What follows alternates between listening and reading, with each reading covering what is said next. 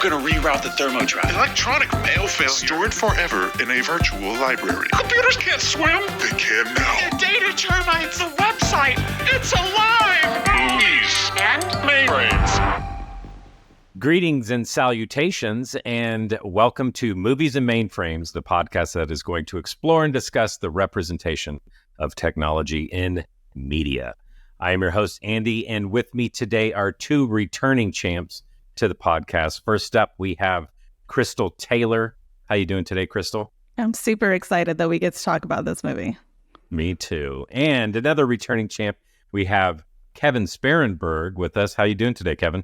I'm doing really well. I thoroughly enjoyed this assignment. We are going to talk about 1993's Demolition Man, directed by Marco Brambilla and starring, it's just fun to say it that way, and starring Sylvester Stallone, Wesley Snipes, Sandra Bullock, Rob Schneider's in this movie, why not? And of course, Dennis Leary and tons of other character actors that you'll all recognize. Let me read a quick synopsis here, and then we'll just jump right into our notes. It says, with innocent victims caught in the crossfire in Los Angeles' intensifying war on crime, both cop John Spartan, played by Sylvester Stallone, and violent thug Simon Phoenix, played by Wesley Snipes, are sentenced to a state of frozen incarceration known as CryoPrison. When Spartan is finally thawed 36 years later, it's 2032, and Los Angeles is now a pacifist utopia called San Angeles. But with Phoenix again on the loose, Spartan must team up with future cop Lenina, played by Sandra Bullock, to apprehend the killer. That synopsis does not do this movie justice. Not even close. There's so much more to this movie. Crystal, I'm going to start with you. Since you chose this movie, why did you choose Demolition Man? I know why you chose it, but tell the listeners why you chose Demolition Man is it's like peak Sylvester Stallone action film time, and it reminds me of my dad and my love of action movies, and where it kind of all came from is these style of movies. Your Escape from LA, your Escape from New York, your Demolition Man, all of these action movies from the 80s and 90s that I used to watch with my dad growing up, and my mom certainly didn't approve of, and they're just fun. They're fun to watch. They're completely bonkers, and I love them a lot. Kevin, what about you? I'm assuming you're very familiar with Demolition Man. I was brought into this having no idea what we were talking. No, I know, love, and unfortunately quote this movie way too frequently in weird ways. And when we talk more about the movie, we'll do that. I remember seeing this in the theater when I was in early high school.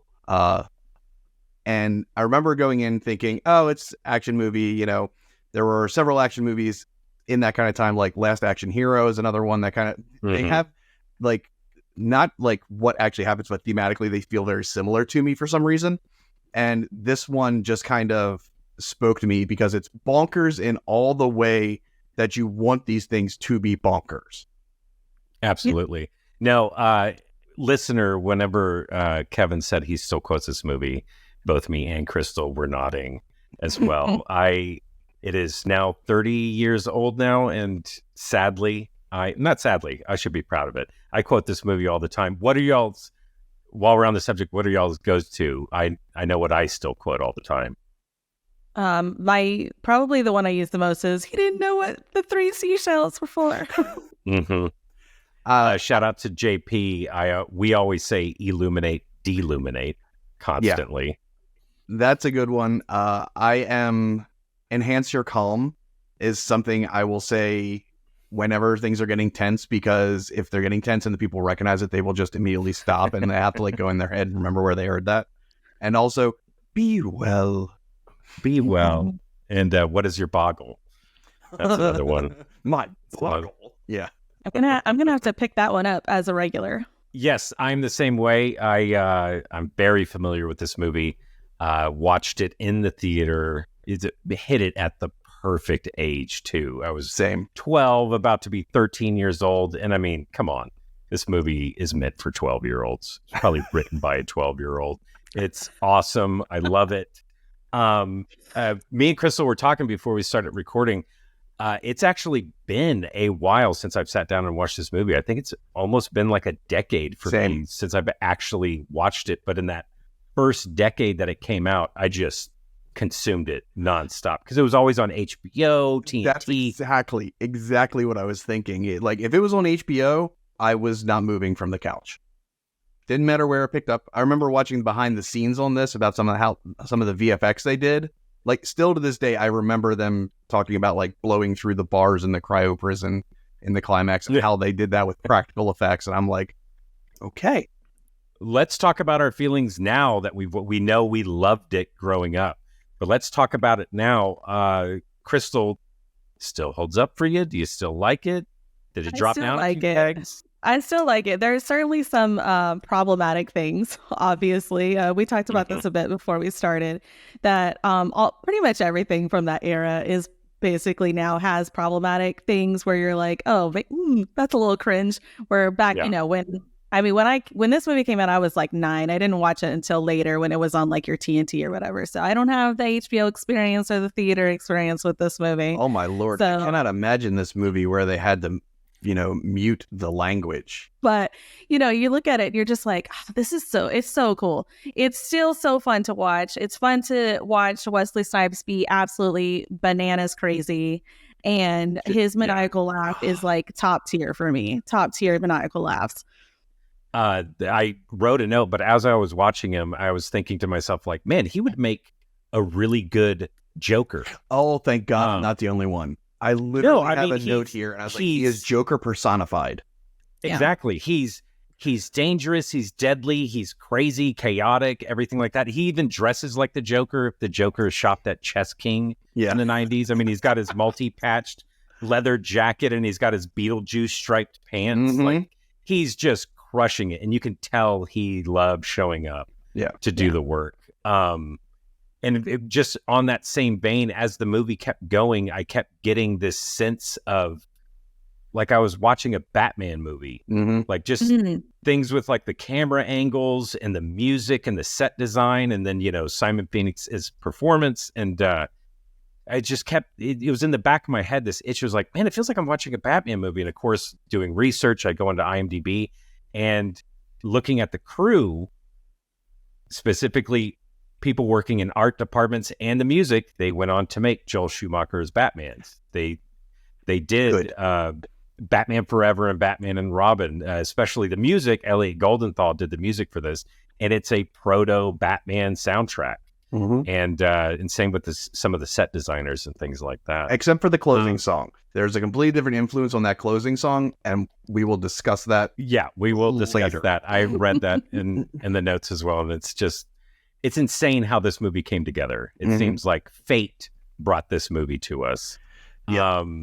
So, Kevin, what about you? Does the movie still hold up? It's such a good popcorn flick, and I mean that in the highest regards, using that terminology. If you want pure escapism and to turn your brain off, although there's a little thinking in this, which is good, it's just enough to stimulate your cortex. There is amazing amounts of just raw action.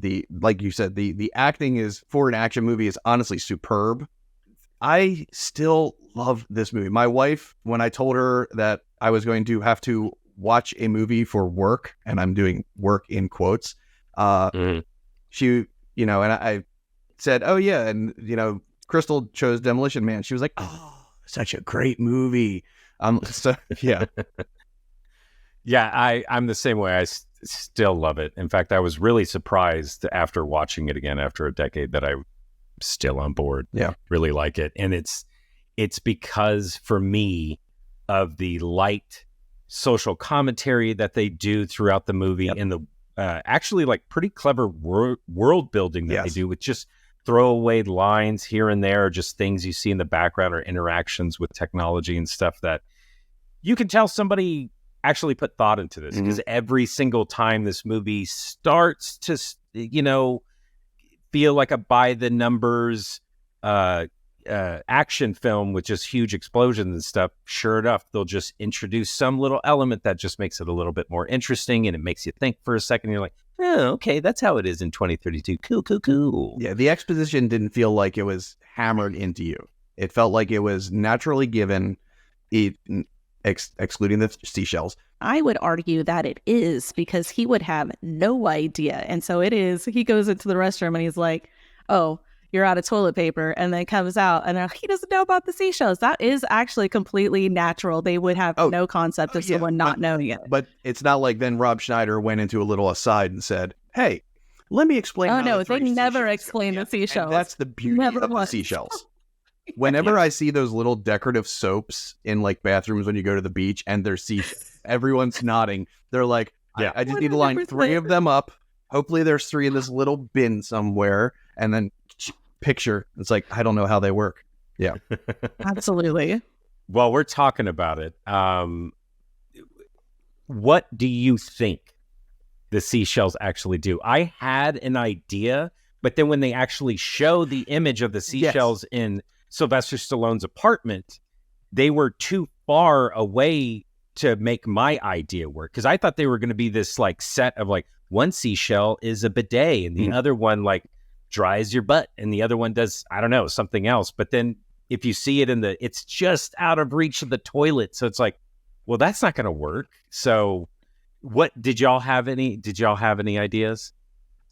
I preferred not to think about it, to be honest. So I'm going to tell you that in a 2006 interview with Sylvester Stallone, he was asked about the seashells, and he finally told what the seashells do. But this is a secondhand, because he claims the writer told him this, and it is more horrifying than I could ever imagine.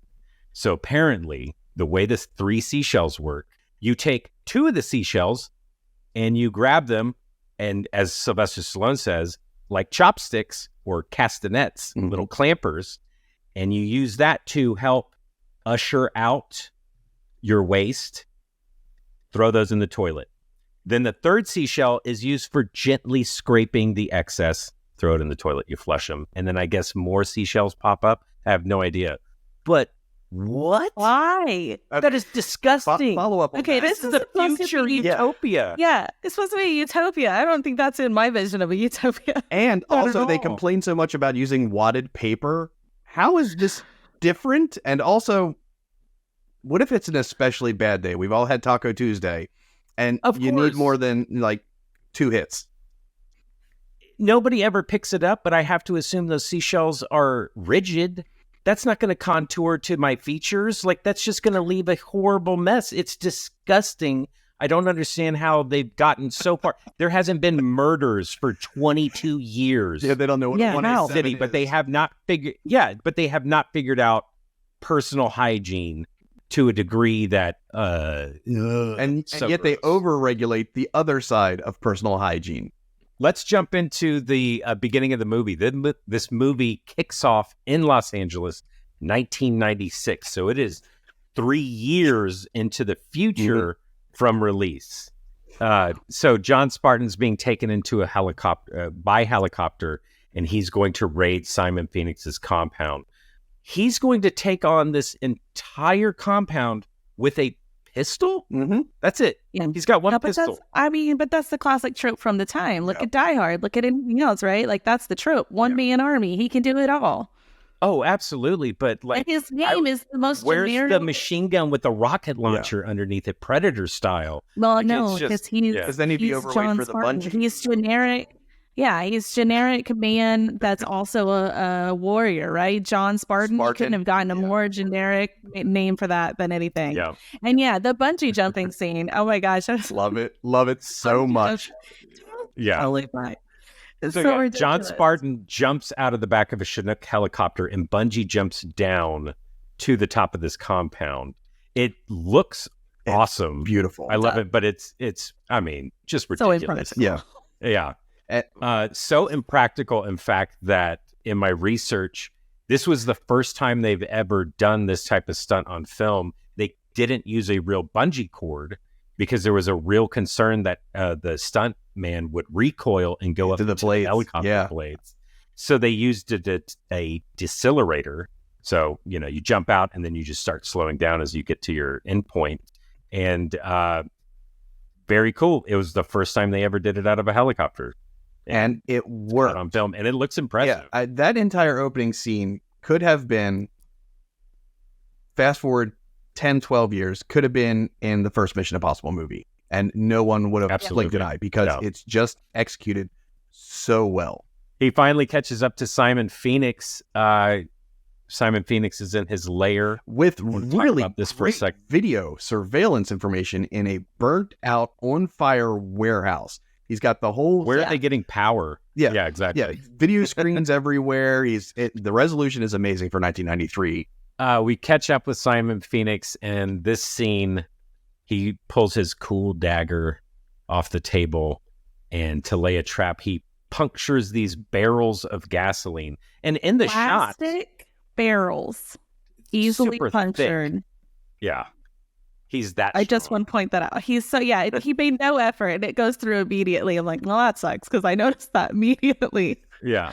It goes through no effort, and it just sprays everywhere. It sprays him. Dribble, and then all over his hands, down his arms, everything. And then 5 seconds later, he's lighting a cigarette. Yeah. Which does not work because gas vapor is much more explosive than gasoline. Like, absolutely. Or I don't know. There's a whole building around you on fire. That's immediate. Yeah. Whoosh. Or he's literally holding a blowtorch. Yeah. Obviously, the barrels of gasoline blow up, but so do barrels of C4. Yeah. There are just barrels labeled C4.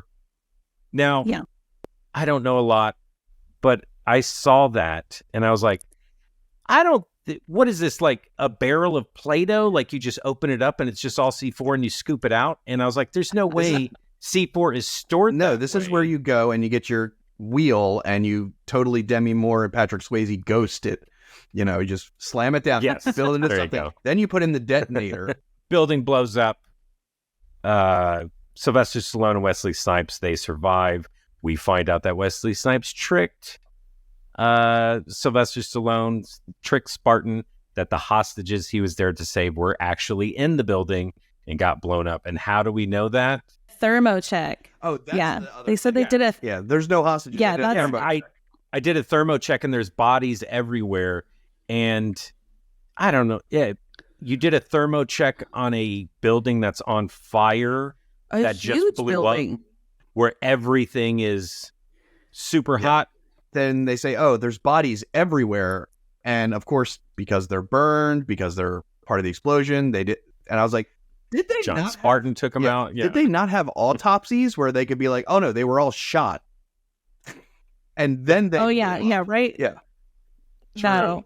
Yeah. No, and also, can we talk about how later in the movie, and this is definitely a spoiler, later in the movie at the very end, towards the very end, Wesley Snipes tells John Spartan that they were never in the building. So they were already dead. So he had already, he tells him that for literally no reason. He assuaged his guilt for no reason. As a villain, why would you do that? It's the Joker thing. He's just trying to mess with his head, get it? Because if someone's trying to stick him in that situation, you lost your wife, you lost your daughter, you lost your entire life, and nothing. Yeah. Well, let's talk about that next. Why did John Spartan get the same punishment as the maniac? Okay. So I was thinking about this after I finished. I was like, number one, he went in alone without approval. Sure. Okay. Listen, I'm not saying he shouldn't have been punished. Yes, I'm just saying, what is the likelihood that he would have gotten the same sentencing? It was ridiculous. I'm like, so technically they would, in theory, at near the end, come up for parole at the same time. And I'm like, no. Because even the list of things that shows up on Huxley's list of like offenses for Simon Phoenix is disgust. Like, it's horrible. Like, I was like, man, right. 47 life sentences. Like, literally, if you want to do this properly, cryo him and then dump him in the Arctic. I want to get into the parole thing, but are we ready for that yet? anything. We can talk about anything Okay. anytime. Doesn't I matter. want to talk about that because I just assumed that Simon Phoenix was up for parole because of the whole plot of the movie, Yes, which is that correct. they broke in there to get him parole sooner. But why wasn't he implanted? Because they defrost them or whatever.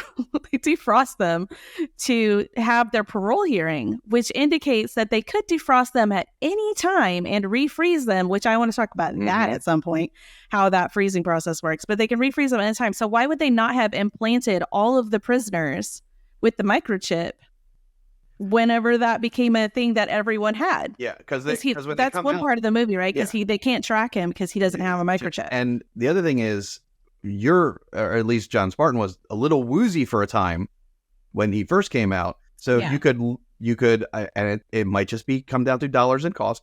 You defrost everyone whenever let's say it was 2010, they came through and said, no, everyone's getting chipped. You could be like, all right, cool. So by 2015, we're going to defrost all the cryocons, which is a great word. And I love that they use it. We're going to defrost all the cryocons, chip them all, and put them right back in the deep freeze. But I agree. I'm like, how did he get out? Where's the auditing? They got, whenever they thought out John Spartan, they biochipped him immediately. Yeah, so much so that And the I chief, believe was shitty about it. Oh, I know. And I believe they were going to do that with Simon Phoenix whenever they thought him out as well. But of course, he had the secret password of Teddy Bear, got out of his lock, and started beating people up and killing them. Why are your cuffs voice activated with a password? Why is there a handprint thing on the door that accepts retinal scans? It's exactly. Like, two-factor? Is it really that hard? Like, literally this, and everyone's chipped, so why does that matter? Like, literally, it's like, the warden. I didn't even think about that. That's good. Because he mentioned it later. He's like, what if you rip someone's hand off? Then he can get money, or whatever. Yeah. Talk about a cost center, right? Everyone talks about IT being a cost center. This place is a real cost center. Like, what would be the purpose of investing the amount of funds, especially in the 90s? The amount of upkeep that this place would cost, and not to mention all of the technology in there that's a whole smorgasbord of hilarity. Yeah. But so whenever he does get frozen, I feel like an explanation for why he got the same sentence as Simon Phoenix is because this technology and everything is brand new. It's so brand new, in fact, that whenever he's being ushered into the facility, there's a dude doing spot welding, like as people are getting frozen. Like, are you still building this? Should we even be in here? And so I feel like he's more of a lab rat than an actual, like, we're sending I think they're trying to push the limits of how long can we freeze somebody? Use this jerk. What do we think the viscous goo is that keeps them alive somehow? I think it's a big tub of LA looks. I don't know. It looks also perfectly appropriate for the time, but it's missing the bubbles that are always in the tube. I remember seeing that going, oh, okay, so this is the thing that they do, and then they hit this thing, and it gets a little blue drop, and boom, it instantly freezes. And I'm like, if the flash freezing also gorgeous. Absolutely gorgeous. It's a flash freeze, but also very slow. It's the slow-mo instant freeze. It's the equivalent of instant watching paint dry. But I assume practically it's just petroleum jelly is what I assumed. But the practical effect was probably it's petroleum jelly and water just to make that right viscosity. Yeah. But they have like a heart monitor and they're monitoring brain waves. Just the two. So they're alive the whole time. And then later you find out that they're conscious. And being programmed the whole time. About the social impact which is, that's a big problem. But like you're conscious and you can't move or do anything or eat or like anything for 36 years, and yet somehow John Spartan is not crazy when he comes out. At least not any crazier than he was going in. While we're talking about his synaptic rehabilitation, as they call it, I want to ask, so this movie shows that synaptic rehabilitation works. It made Simon Phoenix more deadly and gave him all the access that he needed. It worked in some capacity on John Spartan where he, he knows how to knit and everything like that. So if synaptic rehabilitation works, which is a crazy technology to begin with, why do we need to freeze them? they still need to be punished. I don't know. I think it's because if you do it instantaneously, way weird social commentary here, but if you do it instantaneously or even over a period of like a year and they're awake the whole time, then it to the rest of society doesn't feel like a punishment. However, if you basically lock them away and we're discounting the whole when you're cold, your heart slows down, all of the neurons and everything slows down. So you have a long time to basically slowly insert stuff. They didn't say this, but if your brain's operating, but it's operating at a much slower speed, then maybe the computers at the time are actually able to insert these instructions according to your brain's clock cycles, and this is Kevin thinking way too much about it. It also feels very Matrix-y in a moment. Well, I was just going to say it's not, to me, it doesn't seem like the Matrix instant download of knowledge. It feels like they're saying that it had to take over time. And obviously, just because she talks about things that they're given that they're genetically predisposed to, which first of all, how are they determining that? But also, if that's true, then it does make sense that Simon Phoenix would be more receptive to the things that he was given because he was already a homicidal maniac. So giving him a more violent skills and all that, he might have been more receptive to it and thus learned more skills through his synaptic rehabilitation than other prisoners. His brain wouldn't reject it, but it still would have taken time. Wouldn't have caused him potential insanity worries. Right. Because he was already insane. Well, that's the other thing. But I'm pretty sure looking at his warehouse, I don't think he was a hacker. I think he knew to buy good surveillance equipment, but I don't think he was a hacker. And then all of a sudden, he's a hacker. He's definitely a hacker. I appreciate it's not instantaneous. I know Kung Fu. So in this cryo prison freezing scene, I like the way it looked because I'm so used to other sci-fi movies. We've all seen some form of stasis for the past 50 years now. And it seems like it's always a pod. Somebody gets into a pod and they're laying down, or there's in a pod and they're sort of upright at an angle or something like that. It's a little more dignified than the fetal position. Yeah, exactly. But I did like the fill it up with goop and then drop in this element that freezes it. Whatever. That's all I can think about. Let him almost suffocate and then freeze it. They were in no hurry to freeze that. But when it was going in his mouth, I got weird flashbacks too. I think it's The Abyss, where they freeze the liquefied, oxygenated fluid, and I'm like that. I was like, because they were, for some reason, they were probably on the same rotation at HBO at the time, to be honest. And I'm getting the two of them mixed up in my head. But I got really big flashbacks to that. Be like, just relax. I'm not going to relax. It's prison. You do not even if it's an ice cube prison, it's still prison. And absolutely no dignity. Everyone in there is naked. So many close calls with Sylvester Stallone's junk during the scene. It was not cool. There's only a very brief flyby of Wesley Snipes. At the very end of the scene. Then that's it. It's the only time you see him in the goop. Now I will say, when they did kind of the defrosting and they did the laser grid thing and they had the XYZ coordinates just shifting in the bottom corner, I'm like, someone here actually understood what would have to happen to do this. How many times do you think that margin of error was wrong and they cut something off as they were defrosting someone? I don't know. In 2032, they're trying to track Simon Phoenix. He's going crazy. And so Sandra Bullock gets into the SAPD database. And one thing I wanted to point out, there's all these categories or divisions within the SAPD, and they're listed as public information, traffic control, cryo prison, administration, the morality division, and metro patrol. So obviously there could have been a second page or multiple pages, but this is all we see. So in the future, if you commit a crime that requires prison time, you are just automatically frozen because there's no penitentiary or other listing. It's just there's not even cryo prison. Yeah, true. Yeah, I would love to know what the actual justice system looks like.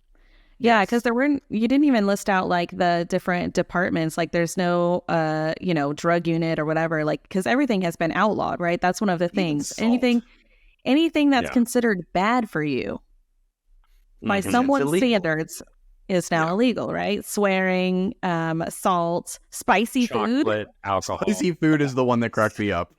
which is And her Yeah. face when she says it. Spicy Yes. foods. and I love Yeah. spicy food. Choosing spicy food because it is an unintentional dig on Taco Bell, which Yeah. just made me crack Right. up. Mhm. So yeah, let's. I need to talk about Taco Bell. I would So- watch Yeah. a movie So- about the franchise wars just alone. I would I- too. I don't want I don't care about a sequel, which according to Sylvester Stallone in late 2020, the sequel's in development. Like, yeah, whatever. But what do you Sure. mean? I don't know. He's super old. Yeah. He has to go back in time this time, and it's all, de-aged because everybody's got to be de-aged at some point now. Because It's true. Arnold's been de-aged, Harrison Ford's been de-aged. I have no idea if Sylvester Stallone's been de-aged, but he's up. And then, but yes, so Cocteau wants to thank John Spartan for quote unquote saving his life from Simon Phoenix, and he invites him to a lavish dinner at Taco Bell. And Just Sandra All Bullock, restaurants are Taco Bell. Yeah. yes, because of the franchise wars, Taco Bell won. Can we I talk need about this that? prequel. Yeah, absolutely. I So- want to pause 1 second. We will get back to it. So whenever I do pass or go to eat at Taco Bell, which is rare, I always say it as Cocteau said it the first time, Taco Bell, Taco Bell. Oh, Bell. with a little bit Yeah. of reverence. But can we How much like did they for pay real? for that? I could understand there being a franchise wars, and then that would mean that Taco Bell is the only fast food restaurant. But we're talking about Taco Bell being the only restaurant, period. Because the place they go is like sort of fancy. There's a person playing the piano. They're all wearing nice outfits. I did not know. Cortez, Dan MTV Cortez, Sports, MTV. baby. Yeah. And he's so happy to do it. Jolly Oh. Green Giant. I'm in a movie. I'm still relevant. Yeah, no. Every time when I saw Dan Cortez, I was like, yes. I forgot he was in this. Yep. But yes, I wonder what that sponsorship cost them too. The Taco Bell. yeah. Yeah, because they're like, To well, be the only restaurant. we're negotiating right now with KFC and Long John Silver, but we really want to go Taco Bell here. Well, so in my research, Burger King was approached first, and Burger King said no. Then they approached McDonald's. They said no. They went to Taco Bell third, and they were like, all in, baby. Yeah. Let's do it. At So the same time, they were doing the Chihuahua ads, so it just kind of felt like it was like, Oh, opposite. yeah. yeah, it was right. Yeah, I think this was like right before it. Go And get a Taco Bell. and actually in the European release, Pizza Hut won the franchise wars because They're both Yum brands, so there you go. Yeah. But yeah, but yes, for what you were saying earlier, Crystal, with the whole they won all of food. yeah. That is Yeah. insane. So Period? like they, Yeah. yeah. So they they're- killed off Ruth Chris. They killed off Yeah. just anything. So every- everything from the crappy 2 a.m. drive-through all the way to the multi-Michelin starred is now Mhm. Taco Yes. Bell. So literally Taco Bell. all they did was rename the word restaurant to Taco to Taco Bell. Yeah. And no one else can have an individual name. And also, can we talk about the food? Ugh. There's no meat. Absolutely. Number one, how does Taco Bell survive without meat? They're like little. Zing! Oh, gotcha, Taco Bell. Horse Come is for still you. considered meat. So I have to ask y'all, it's, things are getting hot. And then sometime next year, the franchise wars actually kick off. Because we're less than 9 years now away from the events of this movie in Mhm. 2032. True. So there's a who limited are time. You, Yeah. Yes. Who are you picking to win the franchise wars? It In can the, be only one. in the current market, probably Chick-fil-A. Mm, Good call. It's not my No. choice, but that's probably Yeah. given the Well, way the world Not a is bad going. choice. Yeah. See, I'm gonna go under the Food radar wise. underdog. I'm gonna be like the big ones are gonna decimate each other, and then somebody's gonna slip in at the 11th hour and clean up. So I'm gonna go with Arby's. I'm gonna say they're Mm. gonna would come love in at that. the 11th hour. Maybe I they don't can know. team up with Jack in the Box. They share the curly fry. Who knows? Well, I don't know. I don't think that Chick-fil-A can win simply because they're not open on Sundays. And if Sundays, it's the exactly. only restaurant It's the only restaurant. I mean, that's a real problem. It's the only place you can get. There's no grocery stores. You only Taco Bell things. If you do want to know more about the franchise wars, in 2018, the 25th anniversary of this film, Taco Bell actually released a pair of commercials that play out like movie trailers and that star Josh Duhamel. What? And they are actually awesome. I'm gonna need to watch those. They are.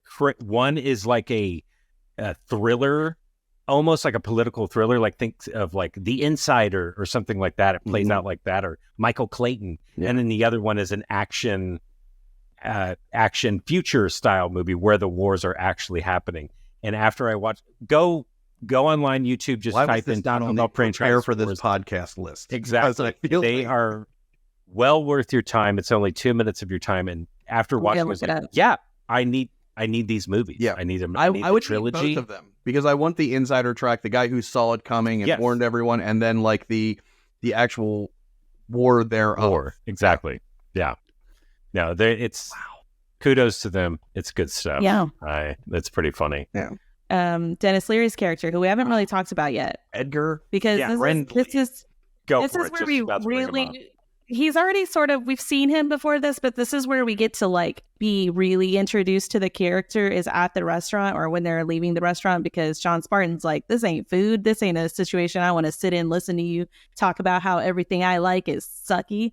So he goes outside and he sees that the resistance, which Dennis Leary is basically the leader of this resistance, you start to see there's a dystopian foil to this utopia that has been built, and they live in the sewers / maintenance areas, other tunnels underground. And earlier in the movie, you get to see a periscope pop out from underground, which I would love to talk more about. A periscope pop up from underground. All of the sewers are sealed for police use only, which is another question. And basically anyone who doesn't agree with / can't afford or whatever anything in the utopian society ends up living underground like a bunch of moles. And they're there to steal food because they don't have any food underground. And I just found they do have some food underground, but it is perhaps not what everyone would like to eat. And the food, es de carne de la rata. I say that sometimes when I'm at a barbecue and someone like absolutely destroys a burger. I was just because you're gonna eat it anyway, and I was like, es de carne de la rata. Yeah. And they have beer down there, which, I mean, how do they have regular beer? Yeah, they got a bottling area. Like what? You can brew your own beer. It's no problem. How do they put the pressurized lids on them? Because when he opens it, it goes, and I'm like, do they have a carbonation thing down here? Like, it's great. He should have been offered toilet wine. There's The Dennis Leary thing brings up another book homage where I think it was Time Machine, and it's been many years, and honestly, all of those books kind of go together in my head with their dystopia thing, where they go so far to the future that humanity is essentially split into the above ground and the below ground. And I was like, this feels like that. Just weren't they called the Molochs or something like that? And it feels like that, but not to the same degree yet, because it's not that far in the future. But like the underground dwellers, which honestly also reminds me of the movie Chud. Chuds, yes. Which cannibalistic humanoid underground dwellers. We all know. Everyone knows this. Along with Killer Clowns from Outer Space, these are classic movies from that time. Absolutely, yeah. But couldn't agree more. They have a whole society. Clearly, I need to add them to a list. I have nothing better to do, and I enjoy bad movies. Yeah, right. They're not fitting into the utopia that Cocteau has decided is what their society is going to look like, and so they are forced underground. And he's, of course, fighting back for free will in his so Dennis Leary way. His rant felt so Dennis Leary to me. It's a classic. It felt so Dennis Leary to you because he actually wrote it, and it had to go through 18 revisions before Warner Brothers approved it. I have no doubt that it originally included a lot of cursing and some references to things that should not have been included in a theatrical release. Yeah. Singing Oscar. No, as far as Dennis Leary rants go, it's pretty tame. But this guy could not be in any movie in the 90s or early 2000s without having a signature rant. Yeah. It was just hiring Dennis Leary. Hey, Yeah. we know what he's going to be like. Mhm.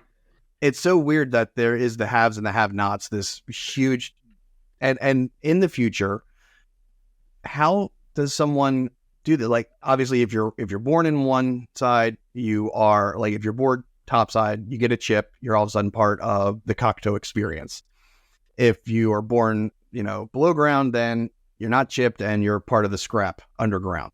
Okay, but what happens if someone is misbehaving? Like, can someone choose, like Benjamin Bratt's character did, to embrace that? Maybe. So you just brought up the microchipping, which is an excellent point, right? Because how long does anyone remember when they said they instituted the microchipping? No, it was never actually said as far as like, how long ago or a date. Sometime within that 36 years that they For were some reason, frozen, the they year instituted the 2010 is microchipping. sticking in my head, but yeah, I don't. 2010. 2010 for two was mentioned reasons. several times. Yeah. One, it was mentioned because that's the last time they actually had a murder. Oh. And it was also Murder, death, kill. And it was also when the big earthquake happened. Yeah. The big one that actually ushered in Cocteau's new vision, because everything was just gone. It was literally starting. They had to rebuild. And given no better options, you follow any leader. Yeah, because I mean, theoretically, if you what you were saying about having a choice, if the microchipping had been there, let's say it'd been there since, it had to be after 2010, most likely then, because the utopian society would have been instituted after 2010. So if it was in the last, let's say, decade before the events of the future in the movie, then wouldn't those people, at least the ones who are already adults, have been microchipped before they went underground? So shouldn't they be able to be found rather than being surprised by where they're at all the time? Yeah. Yeah. That's what we call a plot hole.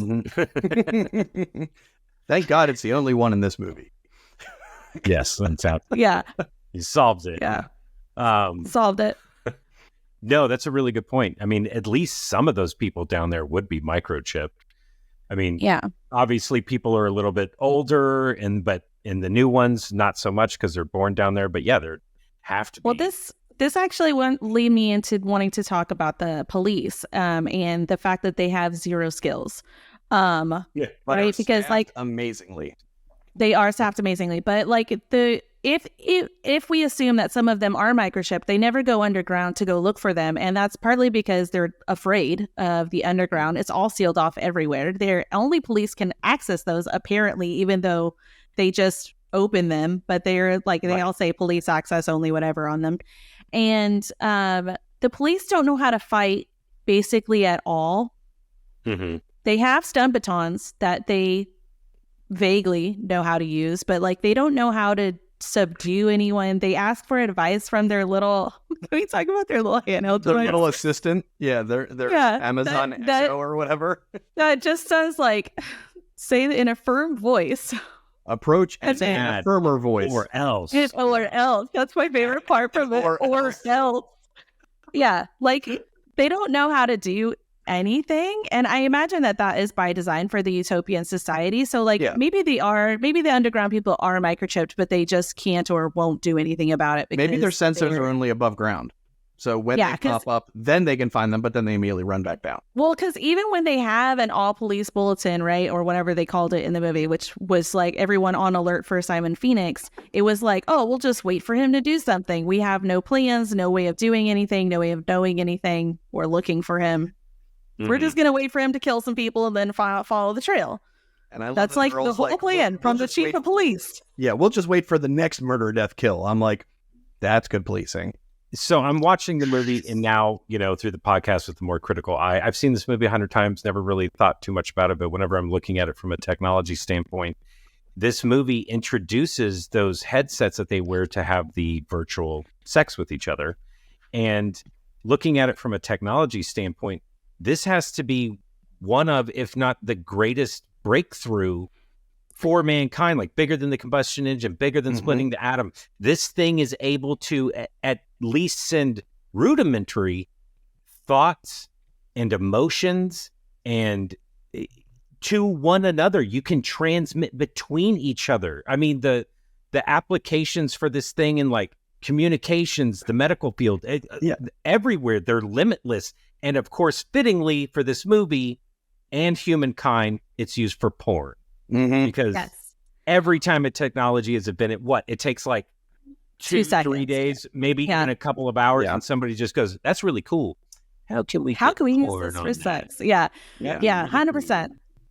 Yeah. Well, see, and then like part of it is I have to ask too, because in the do we think that this was a film design choice, or do we think that this was them saying how this is how the technology works? The images are like very like flashing images, right? They're like sporadic. So like if you were a person that was subjected to like epilepsy or seizures of any kind or anything like that, you couldn't have sex at all because there's no physical contact. Right. My interpretation of that scene is that the sporadic nature of it is Sylvester Stallone trying to like relax and meditate and get into it. Otherwise, because Sandra Bullock is, just sitting back, smiling, and he's the one who's spasming and go like, my head, That's true. I mean, it is another thing that wasn't explained to him, and they just threw him in the deep end, literally. Yeah. Yeah. So we're talking about these headsets. I mean, if we're talking about them like injecting images into your brains or whatever, like then they could be doing programming of the populace to keep them calm also, right? Like if this is the only way that they do that, except for we have to go back or go forward like 5 minutes or less, a few minutes into the movie, when he gets ejected from her apartment, he goes to his and he gets a wrong number call. Yes. From a naked lady, naked lady, which first of all, it's Joel Silver, it's the producer. Any movie that Joel Silver produces, you have to have gratuitous nudity in it. But why would you do, what's the explanation there though? If you, yeah, because obviously she's not using her hands because she's coming out of the shower. So she would have used her voice and said, "Hey, call so-and-so." Yeah. So like a wrong number is not possible because once she wouldn't have John Spartan's number. Call John. So he wouldn't even be like, Yeah. Can we talk about the technology though? Like the TV is like a small, it's like an upright monitor. And then he watches the thing on this tiny little like 17-inch, and I'm like, and the laser disc. Laser disc is still a thing in 2032. That's very cool. And I love you really can hard. tell that they just basically took a DVD player to drop that little like hard drivey thing in. Yeah, and I love that hard drive is like completely not protected at all. Like no, it's like all you need to do is walk by a magnet, and this thing is toast. There is like virtually no security and privacy measures talked about in this movie because everything is like being monitored constantly.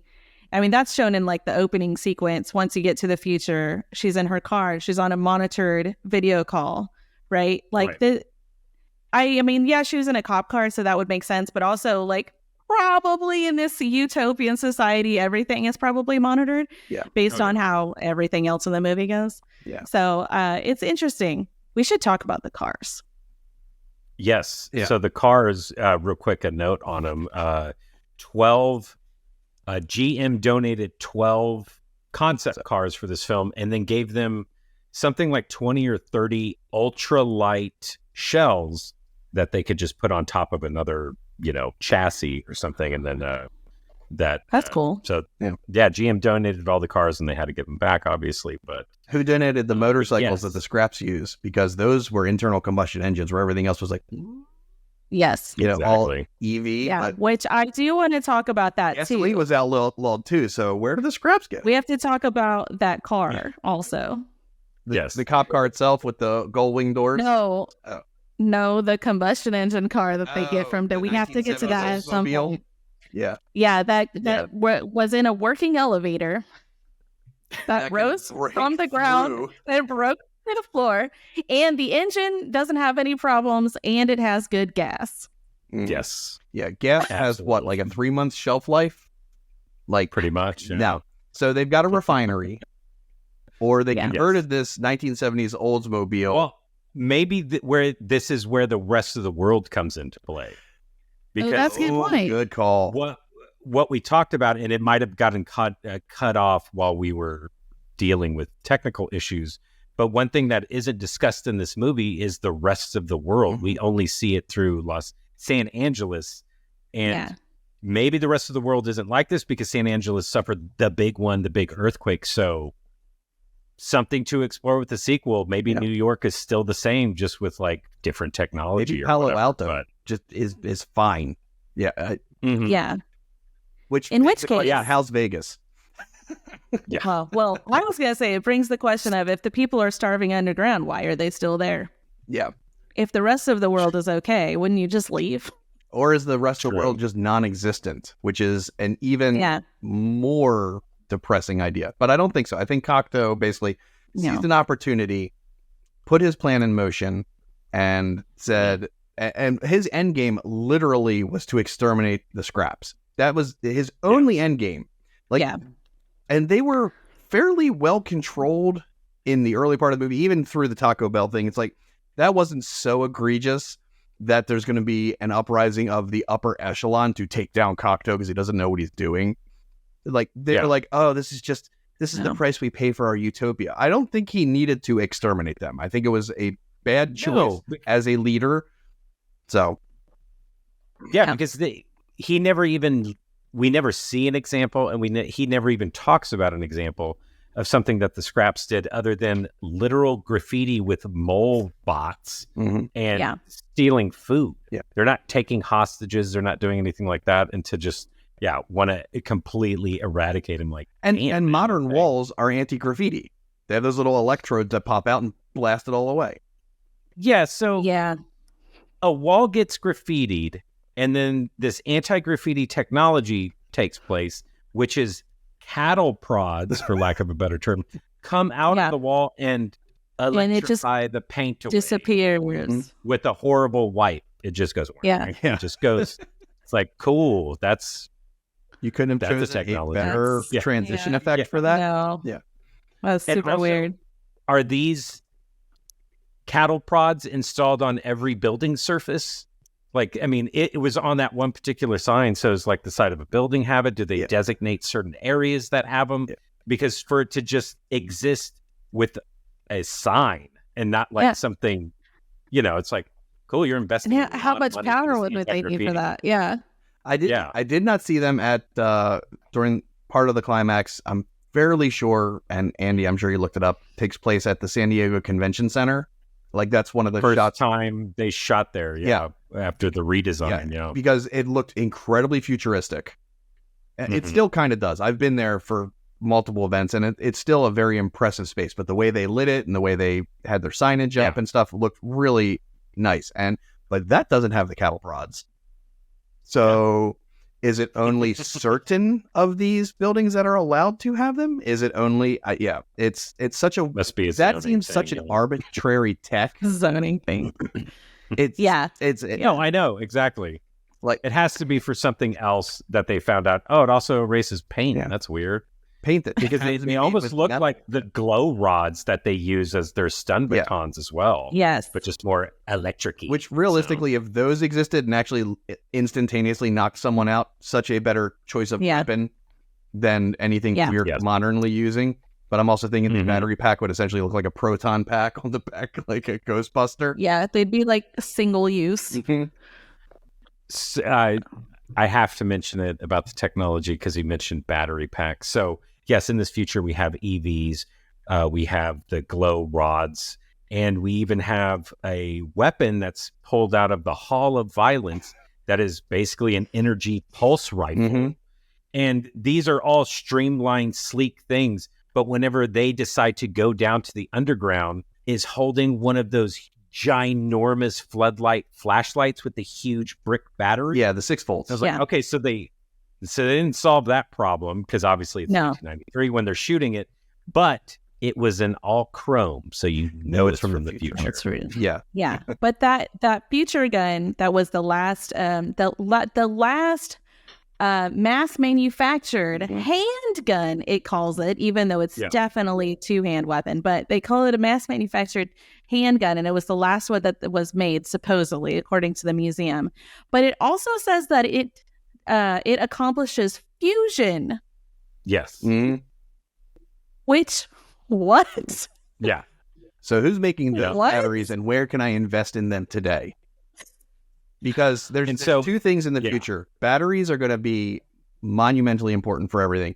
And number two, if you ever run into a situation like this, I need to get in the ammo manufacturing business, because considering all of the actual handguns were in museums and the rifles and even that pulse stun, whatever, the arm cannon, laser cannon, I'm like, but are they just caches of bullets just hanging around people's places? Like, are they decorating with them because they don't know what they're for? Like, I'm wondering where the ammo is coming from. Because even if you see a cannon somewhere, number one, you can't use a cannon, because the minute a cannon goes for display, at least in the States, the barrel is filled with concrete intentionally. So you can't use it. They're decommissioned. Yeah.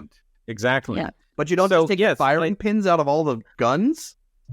Yeah, you don't remove the hammers, you don't take out the firing pins, and you not only don't do that, but you put the appropriate ammo in the case, in the bandoliers with it, just the shotgun authenticity. Yeah, exactly. Just for authenticity. Also, can we talk about the glass? Yeah, in the museum. How much do you weigh? So, yeah, it definitely at first looks like more like plexiglass or something rather than actual glass. Yeah.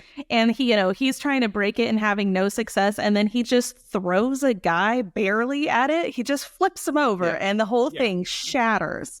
And you're like, questions? Yeah. All right. So it's in speaking of glass. So tempered glass is not a thing in the future, because when Simon Phoenix takes on the police at the beginning, he jumps on a car and he puts his foot through the window and it just shatters into huge, dangerous chunks. So something is wrong with the glass in the future. They decided to take the plastic coating off the windshields because no one ever gets in accidents, and that foam is just going to save you if you do. Oh, the foam. The foam. That's actually been prototyped. I almost forgot about the foam. That had been prototyped actually a multiple, and there's actually a version of it that's used in motorcycle vests that can be used. So you clip something to like your handlebars, and if you get ejected from your bike, it pulls this thing and it foams around you. But interesting. I'm also looking at that going, cool. The idea behind car restraints is to slow your deceleration, not stop it instantaneously. Your brain will just bounce around in your skull. Your organs won't. Yeah. Exactly. Yeah. And I'm thinking that foam, and I remember when he came out, I'm like, there's a little bit of wiggle room. There's not a lot of wiggle room. That's more wiggle room than I'm pretty sure even a seatbelt would have used. Also, no airbags, because you got a video screen right there in the middle of your steering wheel. Yeah. Yeah. Also, can we talk about what would the purpose behind the steering wheel contracting and expanding depending on if it's in autopilot or self-drive mode? What is the purpose of that? So you can put a tray and eat your Taco Bell. No. No, I saw that and I was like, my first thought was, oh, cool. And my second thought was like, well, that's a point of failure. Mm-hmm. Like, because it inflates. Damn it. And the worst part is it does fail. It's shown to fail. Yes. And I'm like, obviously, they don't have the right type of QA people. My favorite technology from the future cars, though, is the self-inflating tires. Yes. I want that in real life. The tire punctured and he tells it to inflate and it inflates. And I was like, but why don't we have that in real life? So it's just whistling. Yeah. But they have run flat tires. So we've kind of met. They do. And they now have, God, what did I see it for? I think it was made for military vehicles. The all rubber tires that are tubeless. Well, technically all cars are tubeless, but it's basically just like a weird fan mesh thing. And I'm like, these are great. Mm-hmm. It's ideal. They're incredibly heavy. That's the reason we use air-filled tires, is to make it lighter. Reduce weight. Yeah. Also, I've heard same thing with those wheels, besides the weight, also that they are incredibly noisy. I wouldn't be surprised. Like you're driving a tank. Yeah. I want to talk about this board meeting that Cocteau is having. Yes. So he's at the head of this table. He's standing, he's talking to people. And now, especially after COVID and everything, we are all used to Zoom and, just video meetings and everything. Mm-hmm. It's a thing before, but now it's even more commonplace. And so he's essentially having a video meeting, except instead of a screen with a bunch of split screens, each individual is a computer, is a monitor in a pivoting Podium. monolith podium. Yeah. Exactly. So, and they're all put nice and neat around the boardroom table, and they all just kind of turn and follow him with the camera and everything. So they're like little miniature silver people. And my first thought was, what if there's more people than you have, podiums? Do they have like a storage closet filled with podiums, and it's up to some intern, like how many people are in the meeting? 20? What happens if there's I gotta let these humans things in up? the room? Where's the other human sit? Exactly. Also, what's the technology on those podiums following him around, right? Because they're reactive. They're not moving independently, so they're not being steered by the people on the screen. Mhm. So they have to be reacting to his movement, which is very interesting all on its own. But yeah, what you were just talking about made me think of there's an episode of Big Bang Theory where Sheldon decides he doesn't want to interact with people on his own, so he builds effectively a Sheldon robot that goes places. And that's all I could picture is they're going to bring in some of those as the extra people. Nice. Yeah. They're just going to drive themselves in on the screens. Yeah. But yeah, that technology is so weird to me. So weird. Why? Yeah. It seems. It seems. Takes up so much space too. It's a why. Really, that boardroom could be 10 feet deep instead of 40 feet deep, and you just have a wall of screens. But the face tracking, the eye tracking, that stuff can be done. I mean, it can be done today. So that's great. I mean, the fact that my phone is telling me, oh, this is a person's face. Did you want to focus on that? Obviously, the tech is there to do the swivel. But what happens? And I wanted to ask, you can buy. What happens if person 4 and person 6 will talk to each other during that conversation? Do their two things turn to each other? Absolutely. And then do all the other people actually that was ping pong based on who's talking at the time? We have to still talk about the final fight. Oh yeah. I want this the final fight where they somehow wind up back to the place it all began at the cryo prison, because he's going to release all the other prisoners who for some reason are going to work for him. Jeffrey Dahmer. I love and that guy. Also, what? Why would Jeffrey Dahmer be there? Why? I wrote it down as a note. Why is Jeffrey Dahmer in? But yeah, you want him out on the streets, Crystal? Come on. I don't know too much about the Jeffrey Dahmer story, where he was at. But if he wasn't in that specific area, that makes no sense. No, true. I didn't think about it from that. Yeah, because earlier on it just felt it felt like a regular prison, and now they're treating it like a supermax. So they get back to the cryo prison, and the first thing that I noted was that the crane hand or whatever that they use to pick up the cryo disc closes all the way for some reason, which would be a safety violation. And there's for sure no stickers say because it doesn't need to. The OSHA people are losing their minds in this kids in here, so they're smaller hockey pucks. I don't know. Ooh, that's upsetting. I don't want to think about that. Yeah. I don't want to think about that, but no. But when he uses the I'm gonna assume it's nitrogen, liquid nitrogen or whatever that they're using to freeze stuff, right? So it freezes. He uses it to freeze the crane arm and the crane and break it, right? But somehow he doesn't get burned from that touching him ever. He's impervious to hot and cold. Exactly. Yeah, well, it's that armor. It's not hot. Remember, he dropped his gun. It was like, no, susceptible. He's not. Right, but nothing else breaks really around them or anything that's frozen. And then he does the flash freeze. He uses the little orb to flash freeze everything that is wet? Question mark. That is pretty much some of that rapid freeze goo on it somewhere.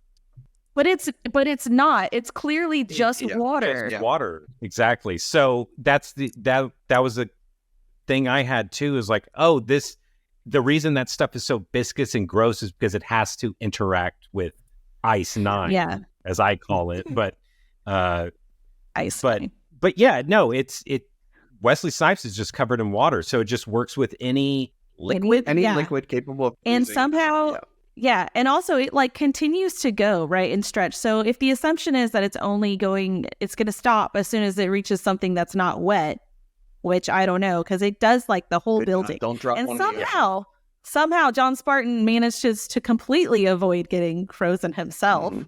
And he's not even wet somehow also. Can we talk about that? How's that making any sense? He's bleeding And then- profusely, yeah. Yes. And then why does everything explode? I don't Liquid know. nitrogen. And what does this mean for the remaining cryo prisoners? Maybe that's what's going to be in the sequel. Yeah, that was my thing. What happens to the other ones? Because the handful he thawed The out. building Yeah, exploded. so they all of a sudden got a little warm. Is it like milk if you leave it on the counter too long? Have they like spoiled? Sorry, It's got to be this. It's got to be this chemical. It just took its right. We see on a readout that whenever they are frozen at the beginning of the movie, whenever he's in the cryo prison, it reads 1 Kelvin. Yeah. You know, that they achieved the thing. Yeah. It's at 1 Kelvin. Maybe it has to be kept at 1 Kelvin. Otherwise, it will explode. Yeah, I don't know. It's so weird. But Maybe. it makes no sense. The only thing I can Very think of odd. is if you watch the frozen shock waves, whatever you want to call them, he perfectly avoids them by jumping on the crane and then lets go of the crane before Because it hits he's the crane. omniscient to where that blue line is. Yeah. Of course, yeah, he's paying attention the whole time. And whenever I was watching this in-fight scene and he's down for the count, Simon Phoenix is about to shoot him, and he sees the vacuum tube or whatever with Ice 9 in it, and he just slams it on the ground, starts freezing everything. And I was like, oh man, what's up? There's no quip? You're not going to say like Simon says freeze or anything like that? And I was writing that note, and then literally 10 seconds later, should have just been patient. He comes swinging around on that arm and he goes, heads up. Heads And up. he kicks Simon Phoenix's frozen heads off. It bounces and shatters. And I was like, there you go. Yeah, I should There have it just is. been patient. It wouldn't be this genre of movie without it. Well, a couple of notes I had, just general interest things that I thought were funny, is that this film was originally attached to Steven Seagal. Wow. So glad that did not work out. Would have been a different Then movie. it was a totally different movie. And somehow even more misogynistic, oh, gross, dude, stop. Then it was offered to Van Damme. Who was hot at the time? And I am, yes, he was. Time and I am unironically a Jean-Claude Van Damme film nerd. I love that dude. And I'm not saying it would be better, but I'd love to see that movie. The other note I had was Jackie Chan was originally offered the role of Simon Phoenix. Interesting. Very interesting. That would have been very... Yeah. I can't imagine Jackie Chan playing a maniac like this. No, from what I've read is that Wesley Snipes came into play, worked with the director. Like, I feel that the script, if you look at the script of Demolition Man, that character is not there. Yeah. That's Wesley Snipes and the director working together. But they did a great job. Exactly. He turned it down. He did not want to be a bad guy, apparently. And that does not surprise me. They do reference him in the movie. And Jesse Ventura. So an actual governor. Yes. Thank you. Two cameos in this movie. Blink and you'll miss. One is Jack Black. He's one of the goons. He's one of the scraps of Dennis Leary's right off to his side, holding a gun. And then, part of Simon Phoenix's crew is Jesse the Body Ventura. And I was like, hells yeah, I forgot Jesse Ventura was in this movie. And there's a reason I forgot, because he doesn't even have a line. I think he grunts. I didn't notice either. Yeah. So he's in the movie. Apparently, they filmed the fight scene with Stallone and him. It had to be cut for pacing issues. Also, what had to be cut is that they abandoned John Spartan's daughter storyline. Apparently, it's mentioned still once. Yes, it's mentioned a couple of times. Originally, I believe it was it had to have been filmed because they cut it. She was supposed to be one of the scraps. She was supposed to be one of the people underground. But they cut it because the way it was presented in the movie for test audiences, they thought the lost daughter was going to be Sandra Bullock, which made their virtual sex scene super disturbing. So they just decided, we don't need it anyways. Let's just. Also, what kind of husband? Yeah, good for them. Kind of husband is, the John Spartan, because he gets unfrozen. Let's be generous. 36 hours have passed since he went into the cryo prison. He left his wife and daughter And like 36 hours later, he's like, yeah, totally. We'll go into the pleasure pit and put on headsets. I'm like, so was that a rocky relationship to start? Yeah, I mean, your whole world is gone. And like you said, exactly. I mean, also, what kind of father is he? Yeah, what kind of father is he? He brings up his daughter in the car, and then he's like, I don't know if I want to go see her. And then they never bring her up again. They should have cut that line out also, in my opinion. Yeah, I don't understand why they kept that line either, if they cut the whole thing. All it does is make him look like a not great guy. No. Yeah. They could have literally done it in reshoots and be like, we have no records from that time because of the big thing in 2010. And all of a sudden, then he's, quote, free, and then he doesn't have those emotional ties that would pull him away from, I don't know, demolishing things. Mm-hmm. Bringing up the earthquake, the big earthquake, the earthquake that they mentioned, the earthquake from 2010 where his wife died. The museum has an exhibit that is just a perfectly preserved street scene that they have a fight in, but this perfectly preserved street scene that they had to have just built the museum on top of. Mm-hmm. And it still has a fire hydrant hooked up to the water supply. Yep. Yeah, it makes no sense. Right? They keep bullets with guns. Like, they're obviously not going back. True. And it's so weird, the things that that water would be wretched. That would ruin Cocteau's plan just from the smell. One last little note I have here is that the original writer of this movie, and apparently there was some legal trouble with who originally wrote this movie, but the original writer loved Lethal Weapon and wanted to write a movie about cops, just wanted to do it. In fact, in Sandra Bullock's office, there's Lethal Weapon 3 poster, but loved Lethal Weapon, totally understand why, wanted to do a project centering around cops. And he was listening to Demolition Man by Sting on repeat because his tape deck in his car was broken. So that's wonderful. Basically, Synaptic Rehabilitation was working on this screenwriter, and that's why we have Demolition Man. If it wasn't for these two things, we wouldn't have it.